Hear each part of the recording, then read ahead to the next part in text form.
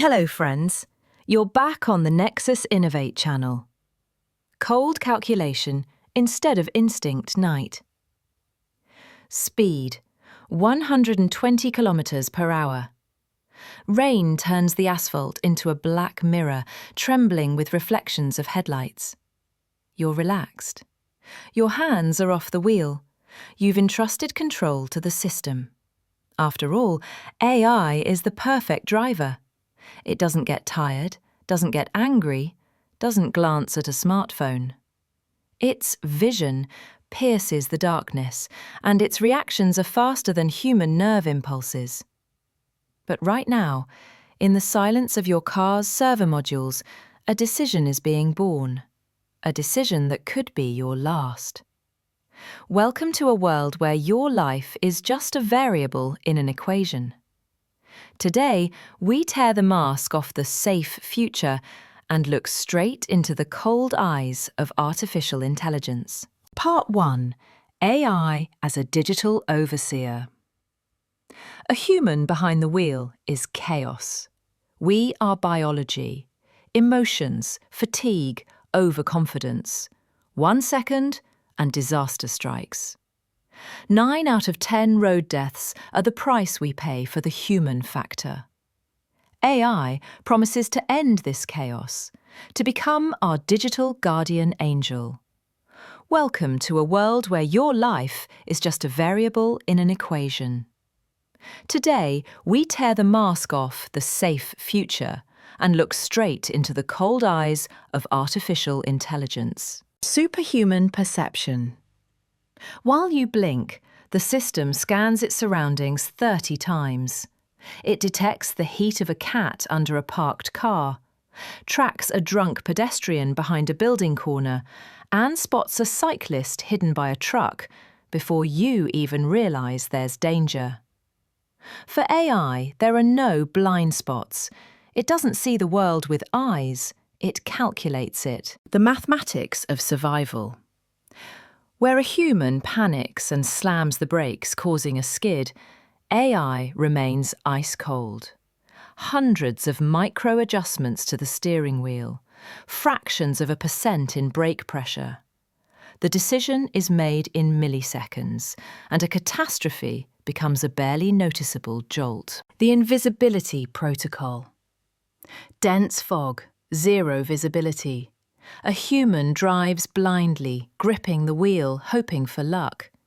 AI sees through the haze, using radar and LiDAR. For it, night and fog are just noise in the data. It moves as if the road were lit by bright midday sun. It is the master of forces that leave us powerless. Part 2. The moose or the ditch dilemma. But what if something appears on the road that doesn't fit into the social contract? An animal, a massive moose, half a ton of mass, frozen in the headlights. 1 second and collision is inevitable. This is where AI logic becomes truly unsettling. Weight versus life. A human instinctively jerks the wheel, often straight into a ditch or oncoming traffic. AI acts differently. It calculates. If swerving into the ditch carries an 80% chance of passenger death and a head-on collision with the moose only 40%, the car will drive straight into the animal. No hesitation, no emotion, no mercy. Cold priority. To the algorithm, the moose is merely an obstacle of specific mass and density. If preserving your life requires the animal's death, it will be crushed. And if calculations show that a side impact is safer than a frontal one, the car may turn so the animal hits your door, because that pillar is reinforced, because that increases your chances of survival. Are you ready for a system that decides which part of your body to risk based on the strength of steel? Another example. A mountain road at night. A wild horse leaps onto the highway, speed 100 kilometers per hour. A human might try to swerve, risking a fall into the abyss. AI weighs the variables. Animal mass, 400 kilograms. Slope angle, 30 degrees. Probability of falling, 70%. The algorithm chooses a direct impact. The horse dies, you survive. What if there's a child in the back seat? AI factors that in too, not because it cares, but because it minimises total damage. Part 3. Ethical dystopia.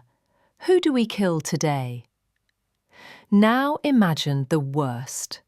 A city, seconds before impact. On the left, a group of schoolchildren at a crosswalk. On the right, a concrete wall. Straight ahead, a truck with failed brakes.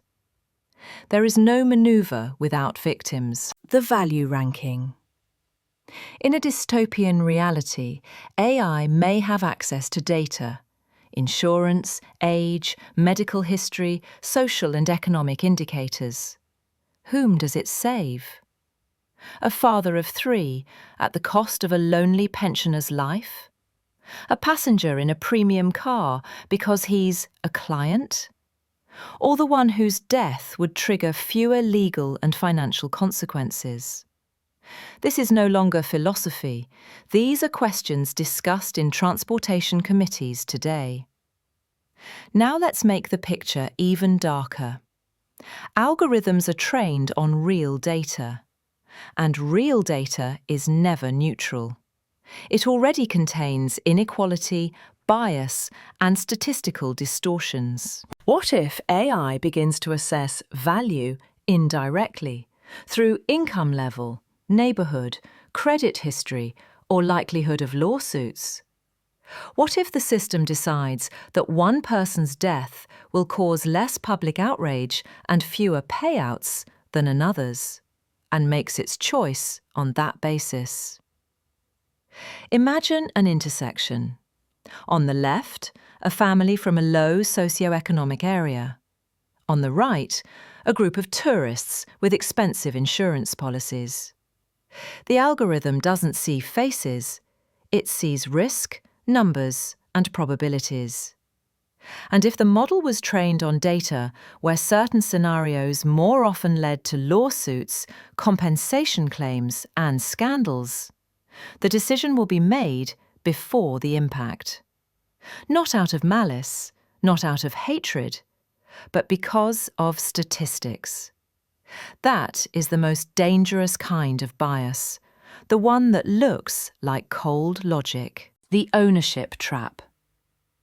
You bought this car for a huge amount of money. You are its owner. But somewhere in the code it says, in the event of an unavoidable collision with a group of pedestrians, sacrifice the passenger.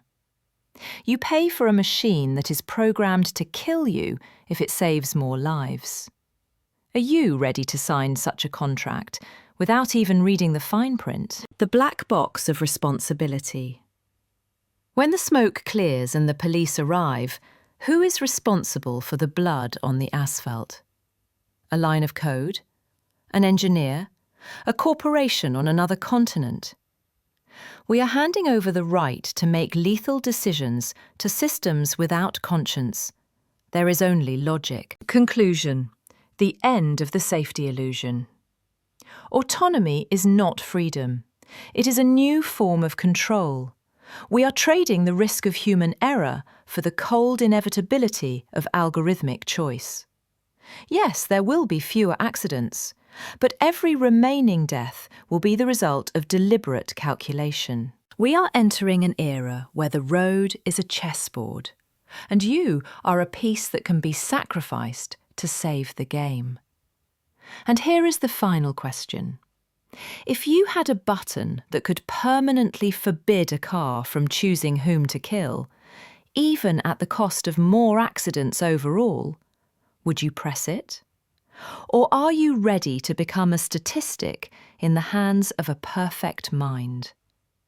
Write in the comments. Are you afraid of the moral choice your future car might make? Welcome to tomorrow. Try to survive it.